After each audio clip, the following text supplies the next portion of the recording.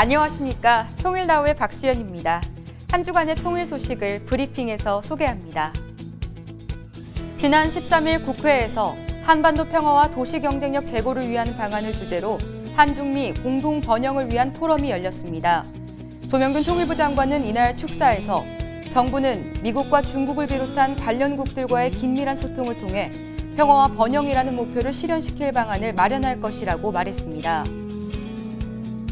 경남대학교 국동문제연구소가 13일 변화하는 북한, 분단, 대중문화, 그리고 일상을 주제로 국제학술회의를 개최했습니다. 이 자리에 참석한 조명균 통일부 장관은 축사를 통해 우리 사회가 북한에 대한 균형 잡힌 시각을 가질 수 있도록 북한의 사회와 문화에 대한 연구를 발전시켜주길 바란다고 말했습니다.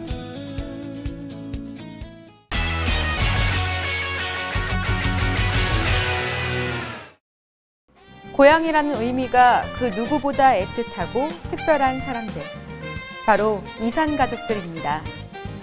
연말을 맞아 이산가족들을 위한 특별한 선물이 마련됐다고 합니다. 선물은 무엇일까요? 고향이 어디신지.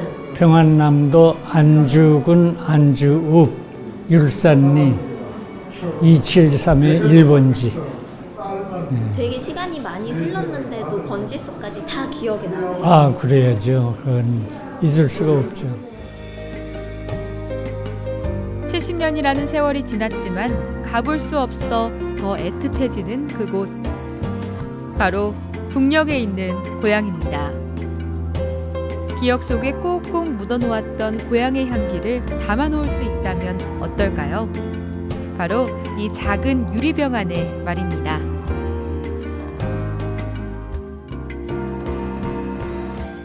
이색 전시를 찾아간 곳은 오두산 통일전망대. 오늘도 통일을 염원하는 사람들로 전시장이 북적입니다. 그런데 오늘 전시에는 특별한 점이 있다고 합니다. 바로 눈 대신 코가 필요하다는 점인데요. 도대체 어떤 전시일까요? 오늘 전시는 저희 이제 이산가족 분들이 약 6만 명 정도 되시는데 이제 그분들은 나이는 점점 많아지시고 이제 기억은 흐려져가는 그런 현실에서 이분들의 그리움을 후각을 통해서 되살려드리고 그걸 저희가 향수를 제작을 해서 이제 다양한 분들과 함께 그 향수를 통해서 이런 통일의 필요성에 대한 공감대를 한번 형성을 하는 자리를 가졌으면 좋겠다는 생각으로 이번 프로젝트를 진행하게 되었습니다. 이름하여 통일 향수. 이산 가족들의 사연 중 5개의 향을 선정해 향수를 만들었습니다. 향수에 담긴 이산 가족의 사연은 어떤 이야기일지 궁금하지 않으신가요? 이재순 그 항구에서 쫀산까지 가려면은 백리거든요. 네. 그럼 40km지. 그 40km를 가면은 그야말로 명사십리가 있어. 그냥 큰 모래야. 그리고 그 해당하가 그냥 얼마나 이쁘게 폈는지 몰라요. 그게 그리워. 딸기가 쫙 있어.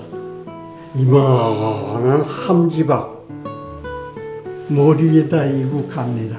가면서 딸기 그냥 딸기들 순식간에 한 파가지 하나 땁니다.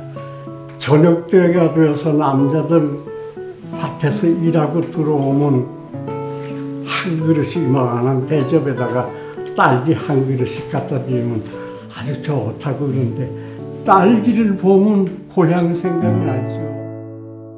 줄만 벗기면 이제 나무하고 껍질하고 사이에 얇은 거 있어요. 그걸 벗겨 먹고 됐거든요. 그래서 이제 그런 생각이 있는데 그저 소나무 밑에서 소나무와 더불어 자란 것이 내 고향이다. 그 편도만 해도 쌀이 좀 귀한데요. 옥수수를 심고요.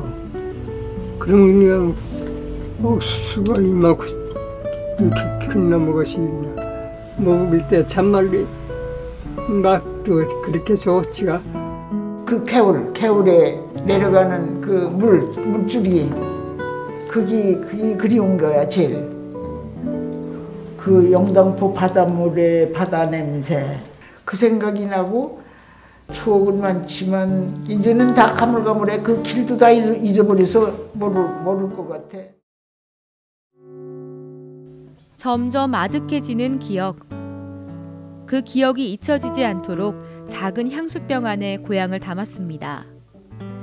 관람객들은 실향민들의 고향 이야기를 들으며 잠시 추억에 젖어보는데요.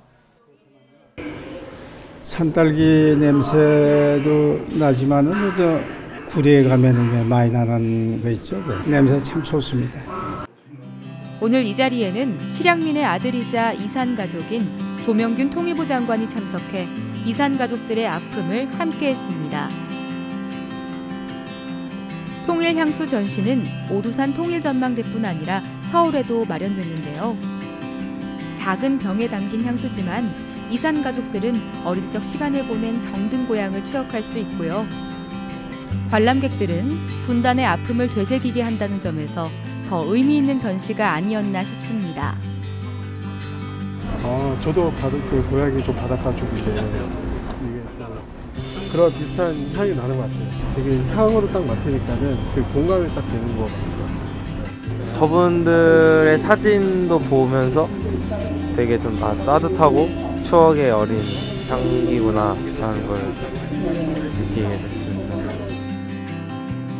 코끝을 간지럽히는 향기를 통해 76년 전 그날로 되돌아가 본 시간. 가까운 미래에는 행복한 기억 속 고향에 꼭 가볼 수 있기를 기대해 봅니다.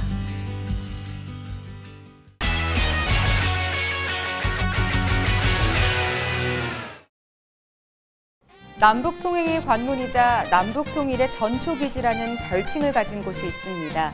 바로 남북출입사무소인데요. 출입사무소가 개소했던 그날을 통일발자국에서 찾아갑니다. 6.25 전쟁 이후 군사분계선을 사이에 두고 끊어진 남과 북의 도로와 철도. 남북을 오가던 사람들의 통행도, 물자도 교통도 모두 중단됩니다. 유엔사가 관할하는 판문점의 도로가 남북을 통행할 수 있는 유일한 길이었는데요. 비무장지대의 철조망을 걷고 철도와 도로를 연결한 그곳에 남북 통일의 관문이 열립니다.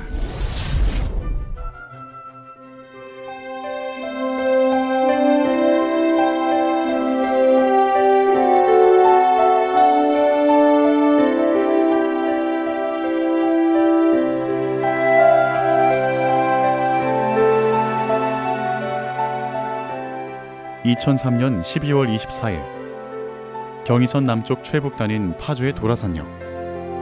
남북 출입사무소가 문을 열었습니다. 출입이라는 단어가 남북이라는 특수한 공간에 놓이자 그 의미가 더 각별해졌습니다. 그 전까지는 우리가 잘 알고 있는 비무장지대였던 지역을 철조망을 걷어내고 거기 지뢰를 제거를 하고 경의선, 동해선 철도도로를 건설을 해서 그 길로 우리가 남북을 오간다는 분단 대립의 현장, 이런 곳이 바로 통일의 관문이 되고 전초기지로서 역할을 할 수 있는 출입사무소가 만들어졌다는 것은 대단한 의미가 있지 않나. 남과 북은 제1차 남북 장관급 회담에서 경의선 철도와 도로 연결에 합의하는데요. 우리 측에서 철도와 도로 연결에 필요한 자재와 장비를 북한 측에 제공하면서 남북 사이의 왕래가 빈번해집니다. 이에 더해 2003년에는 개성공단이 착공되고 해로 관광 위주였던 금강산도 육로 관광이 본격화됩니다. 이에 따라 남북 출입 전담 기관이 필요해집니다.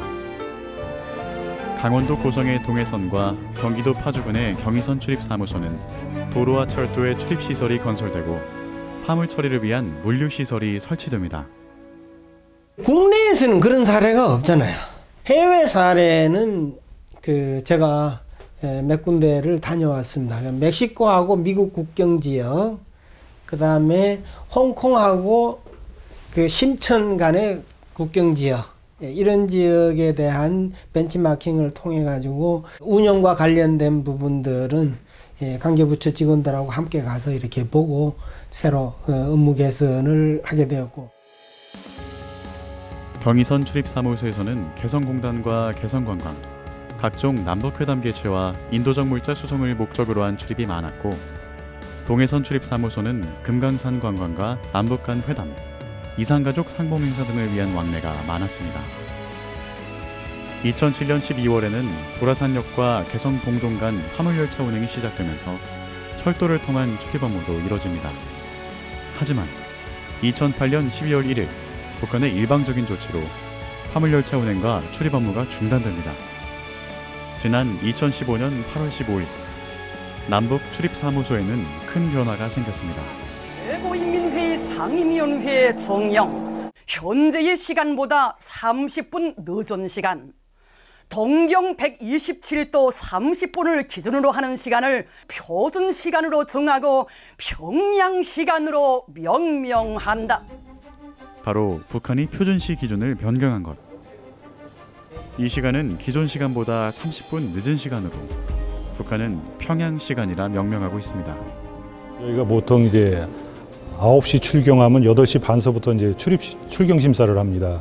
5시면은 그때부터 입경 심사를 하고 있는데 그 출입 시간이 북측에서 일방적으로 평양시라 그래가지고 30분을 이제 늦추는 바람에 전라도라든가 부산이라든가 강원도라든가 이런 데 오시는 분들이 있는데 그 개념을 처음에는 몰라가지고 출입을 못하는 경향이 많이 발생했었습니다. 출입사무소에는 통일부를 비롯해 관계부처에서 파견된 직원들이 상주하고 있습니다. 이들은 남북으로 가는 인원과 차량에 대한 관세, 출입 업무, 검역 업무 등을 처리하고 있는데요. 분단국가라는 특수한 상황 속에서 업무에 어려움이 많았습니다. 출입사무소를 이야기를 할 때 이제 간략하게 CIQ 이렇게 이야기를 합니다. 통상적으로 공항이나 항만에서는 이게 각 기관들이, 각 부처들이 각자 일을 이렇게 하도록 되어 있지 그 업무를 총괄하는 부처가 따로 있는 데는 없습니다. 그때 당시 한 10개 부처가 나와 있었는데 왜 우리 고유한 업무를 하는데 통일부에서 이 부분에 대한 걸 이렇게 하라 저렇게 하라 통제를 하느냐, 이런 그 좀 불평불만들이 제기가 되고 초기에는 조금 그런 업무 조정하는데 어려움이 있었습니다만은 각 부처에서 이 출입사무소의 특수한 성격이라는 걸 다 이해를 하시고, 공항만하고 틀리게 저희 관세청에서는 육로 통관하는 유일한 곳이거든요. 북한하고 이제 출입경 계획이 30분 단위로 있다 보니까 30분 안에 모든 통관 절차를 저희 관계 기관들도 다 끝내야 되지만 일반 민원인들도 30분 안에 다 끝내고 가야 된다는 그 부분들이 좀 약간 어렵게 느껴지는 것들이 많이 있더라고요.